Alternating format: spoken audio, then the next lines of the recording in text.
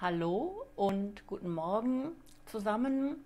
Sabine hier von sabineröldgen.de und heute im Video möchte ich erstmal die Gelegenheit ergreifen und mich bedanken bei euch für das super positive Feedback zu meinen neuen Fotos. Fotoshooting mit Karin von Maigut Fotografie. Das war echt super, hat total viel Spaß gemacht und auch das Ergebnis finde ich selber auch total klasse. Karin, nochmal vielen Dank. Und ja, ich wollte ja heute mal ein etwas anderes Thema bringen, nämlich die Frage Newsletter versus Video.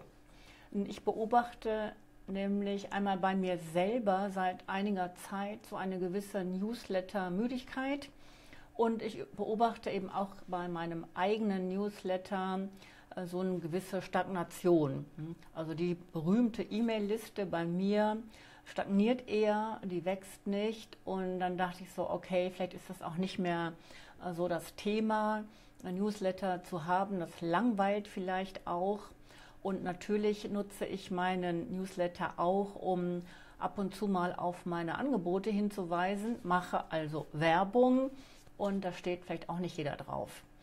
Ich habe das gestern angekündigt, dass ich das im Video heute mal besprechen möchte und habe dann aber auch gleich ein paar Informationen und Reaktionen dazu bekommen, so nach dem Motto, einen E-Newsletter brauchst du, da gibt es gar keine Diskussion, also lass es mal, das Thema, das bringt es nicht. Deshalb sage ich mal, okay, damit ist das Thema erledigt und eigentlich sind wir ja auch hier, um über Börsenthemen und Unternehmen zu sprechen. Und dann habe ich heute Morgen spontan entschieden, wir gucken uns heute das Thema Dividende nochmal etwas genauer an. Das wird morgen auch ein Thema sein in meinem Vortrag auf der Karrieremesse Women and Work. In Frankfurt wird die ja sein. Die Teilnahme ist kostenlos. Mein Vortrag ist morgen um 16 Uhr im Raum Applaus.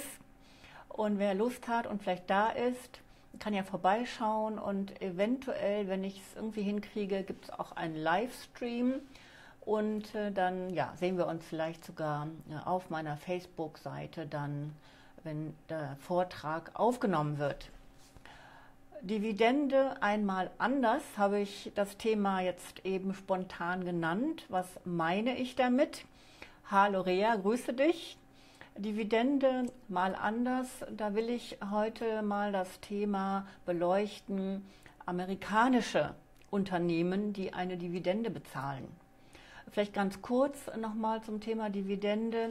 Die deutschen Unternehmen, also alle deutschen börsennotierten Unternehmen werden im Laufe dieses Jahres für das Jahr 2017 die gigantische Summe von 52,5 Milliarden Euro an ihre Aktionäre ausschütten. Ja, das sind alle Unternehmen, die in Deutschland an der Börse notiert sind, also die DAX-Unternehmen, die Mittelstandsunternehmen, also MDAX, die Tech-DAX-Unternehmen, Small Caps, die sind hier im S-DAX und so weiter. Das ist eine gigantische Summe, 52,5 Milliarden Euro. Und ich hoffe, ihr seid an der einen oder anderen Stelle auch dabei. Ich kann immer nur sagen, so ein regelmäßiger Dividendenstrom ist sehr attraktiv. Und gerade wenn ihr das langfristig betrachtet und über das Thema Altersvorsorge mit Aktien hoffentlich nicht nur nachdenkt, sondern das auch anpackt, dann sind Aktien da unverzichtbar und das ist wirklich attraktiv.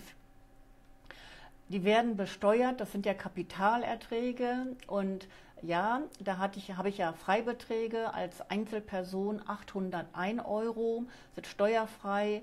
Und als Ehepaar oder Lebenspartner, Gemeinschaft steuerlich veranschlagt, habe ich einen Freibetrag von 1.602 Euro. Darauf muss ich dann keine Steuern zahlen, das ist nicht viel, aber gut, immerhin. Alles darüber hinaus wird ja besteuert mit 26,375% Abgeltungssteuer, oder wenn die Kirchensteuer noch on top kommt, sind es knapp 28%. Nichtsdestotrotz lassen wir diese steuerlichen Geschichten mal weg. Es lohnt sich trotzdem, dividendenstarke Unternehmen zu besitzen. Und in Deutschland ist es ja so, die Dividende wird 3 Geschäftstage nach der Hauptversammlung automatisch auf dein Konto dann eingezahlt. Die Steuer ist entsprechend schon berücksichtigt. Das erledigt deine Bank. Deshalb heißt es ja auch Quellensteuer. Es wird direkt an der Quelle erhoben, kommt also gar nicht bei dir an. Amerikanische Unternehmen zahlen auch Dividenden. Und zwar haben wir da die Besonderheit, das ist ganz angenehm, die schütten nämlich 4-mal im Jahr aus oder eben einmal im Quartal. Warum machen die das? Das hat etwas damit zu tun, dass die Aktienbesitz in den USA viel, viel stärker verbreitet ist als bei uns. Und viele Pensionäre, viele Rentner haben eben über großen oder größeren Aktienbesitz, generieren die eben auch einen weiteren Einkommensstrom. Und die finden das angenehm, wenn eben einmal im Quartal die Summe X auf ihr Konto kommt. Und das ist einer der Gründe, warum die amerikanischen Unternehmen eben quartalsweise ausschütten.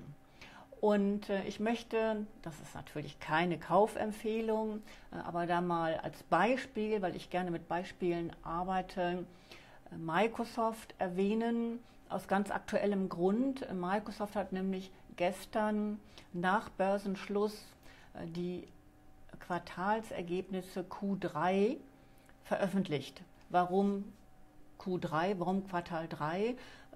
Bei Microsoft endet das Geschäftsjahr im Juni eines jeden Jahres. Also sind die jetzt in Q3 2017/18 und das Geschäftsjahr endet bei denen eben Ende Juni 2017/18. Und Microsoft als amerikanisches Unternehmen schüttet eben auch einmal im Quartal die Dividende aus, also die Gesamtdividende dividiert durch 4. Und wir haben da noch eine kleine Besonderheit, die wird natürlich in US-Dollar ausgeschüttet, die Dividende von Microsoft. Und das bedeutet, du hast einen Wechselkurseinfluss. Das heißt, je nachdem, wie Euro und US-Dollar zueinander stehen, gibt es halt mal ein bisschen mehr, mal ein bisschen weniger. Das sollte uns aber nicht abschrecken, amerikanische Unternehmen zu besitzen. Also nicht wegen dieser Wechselkursschwankungen sagen, oh, das mache ich nicht, bitte nicht. Warum? Weil amerikanische, gerade Technologieunternehmen, die zahlen nicht nur regelmäßig und verlässlich ihre Dividende, sondern da gibt es auch immer mal wieder eine attraktive Steigerung. Jetzt habe ich gerade gesagt, gestern Abend hat Microsoft nach Börsenschluss die Ergebnisse des 3. Quartals veröffentlicht. Und ich habe jetzt hier parallel meinen Bildschirm auf und lese gerade mal ein paar Stimmen dazu vor. Und zwar lesen wir hier, ARD Börse schreibt, Microsoft auf Wolke 7. Wolkig bis heiter, das boomende Geschäft mit der Cloud lässt bei Microsoft die Kassen klingeln. Heise Online, Cloud-Firma Microsoft, kräftiger Gewinn- und Umsatzzuwachs durch die Cloud. Dann schreibt Chip Online, Windows spielt keine große Rolle mehr. Trotzdem macht Microsoft 26,6 Milliarden Dollar Umsatz im 3. Quartal. Börse Online schreibt, Microsoft-Aktie, Gewinn steigt dank Cloud- und Office-Paket um 35% und so weiter und so fort. Also das klingt wie eine Lobeshymne auf Microsoft und ja, das ist es halt auch, kann man glaube ich auch so sagen, weil das Unternehmen sich extrem gut entwickelt. Unter dem CEO Satya Nadella findet ja hier eine große Transformation statt dieser Firma. Hallo Renate, grüße dich. Also sehr, aus meiner Sicht, ein sehr attraktives Unternehmen und auch, was also die Dividendenausschüttungen angeht, sehr verlässlich. Das kann ich jetzt aus eigener Erfahrung berichten und auch bestätigen. Ich glaube, ich bin seit 7 oder 8 Jahren Microsoft-Aktionärin. Die Dividende wird zuverlässig gezahlt, super wichtig. Ja, gerade wenn ich auch an einen zusätzlichen Einkommensstrom für meine Altersabsicherung denke, dann möchte ich in einem Unternehmen als Aktionärin investiert sein, das zuverlässig zahlt. Das ist bisher immer der Fall gewesen. Und immer mal wieder auch gibt es eine attraktive Dividendensteigerung bei Microsoft. Das ist auch nicht zu verachten. Und zwar nicht, keine Ahnung, 1%, 2, 3%. Nicht? Da habe ich auch schon 10, 15% Dividendensteigerung gesehen. Und das finde ich persönlich mega attraktiv. Das Beispiel Microsoft, da sind wir ja auch im Technologiesektor, wo in der Regel nicht so viele oder so hohe Ausschüttungen an Dividende erfolgen, weil das Unternehmen sind, ja, die definieren sich nicht über hohe Dividendenausschüttungen, sondern, das sehen wir auch bei Microsoft, durch kräftige Umsatz- und Gewinnanstiege. Und deshalb ist die Dividende, in der Regel liegt die so zwischen 1,5 und 2,5%. Das ist bei Microsoft auch der Fall. Aber das ist in Ordnung. Wenn wir überlegen, ich habe es gerade vorgestern nochmal geprüft, die großen Online-Banken zahlen mittlerweile auf ihre Tagesgeldkonten 0,01%. Ich sage es nochmal, weil es so schön ist.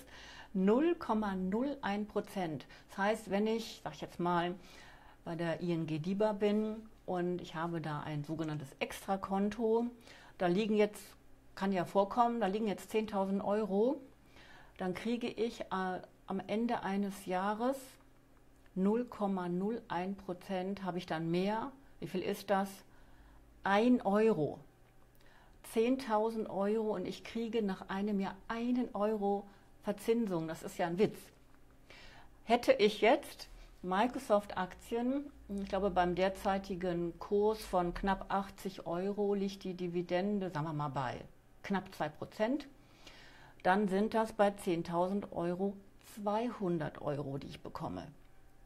Das ist ein mega Unterschied und wir müssen ja mal leider davon ausgehen, dass die Zinsen weiterhin niedrig bleiben.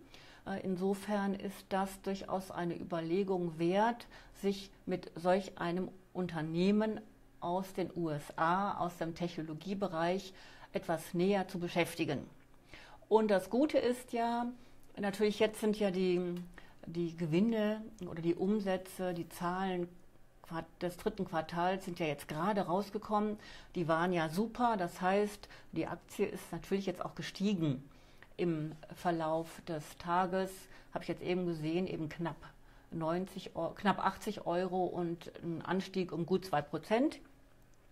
Aber das Gute ist ja, ihr müsst ja nicht zu dem Preis kaufen, sondern ihr könnt ja auch immer sagen, okay, das scheint ja ein attraktives Unternehmen zu sein. Ich setze das jetzt mal auf meine Watchlist und vielleicht gibt es die Gelegenheit, weil es an den Börsen mal etwas unruhiger wird, das sehen wir ja auch in der letzten Zeit häufig, die Aktie eben noch günstiger zu bekommen. Dann positioniert ihr euch bei etwas unter, keine Ahnung, 75 Euro vielleicht oder 74 und wartet erst mal ab. Das ist überhaupt kein Problem, kann man heutzutage alles einstellen in der Ordermaske der Bank, wisst ihr wahrscheinlich, wie das geht, und dann wartet ihr einfach mal ab, weil ihr seid ja nicht auf der Flucht und schon gar nicht im Stress.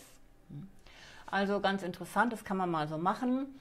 Das ist morgen auch ein Thema, da bin ich ja in Frankfurt auf der Karrieremesse Women and Work mit einem Vortrag genau zu diesem Thema.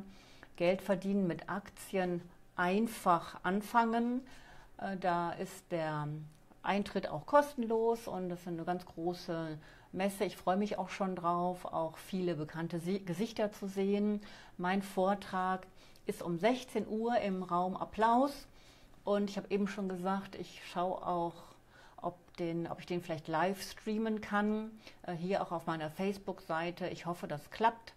Und dann könnt ihr den auch entweder morgen um 16 Uhr oder irgendwann später ja auch noch sehen. Ich lade den hoch auf meinen YouTube-Kanal. Der heißt so wie ich, Sabine Röldgen. Und da sage ich auch nochmal Bescheid, ob das geklappt hat. Ja, jetzt hoffe ich, ich habe euch ein bisschen paar nützliche Infos vermittelt dazu, wie ihr auch mal Dividende anders sehen könnt, nämlich wie das bei amerikanischen Unternehmen so gehandhabt wird mit der Ausschüttung und mit dem Wechselkurs. Ja, wenn es euch gefallen hat, freue ich mich natürlich immer über ein Like oder auch eine kleine Bewertung auf meiner Facebook-Seite. Das wäre super. Es gibt den nächsten Präsenzworkshop Aktienführerschein 1, Börse für Einsteigerinnen im Mai in Köln am 26.05. Und da könnt ihr auf meiner Webseite sabineröldgen.de unter Workshops auch ein paar Details noch zu bekommen. Es gibt einen Frühbucherrabatt auch. Schreibt mich dazu gerne an, wenn ihr da Lust habt, dabei zu sein. Das ist immer sehr super, finde ich persönlich, dieser Workshop. Und wir sind meistens eine kleine Gruppe, da können wir auch sehr intensiv arbeiten. Ich wünsche euch jetzt ein wunderbares Wochenende. Klasse, dass ihr wieder dabei wart. Und ja, macht's gut. Ich denke mal bis nächste Woche. Alles Gute und Börse rockt. Ciao.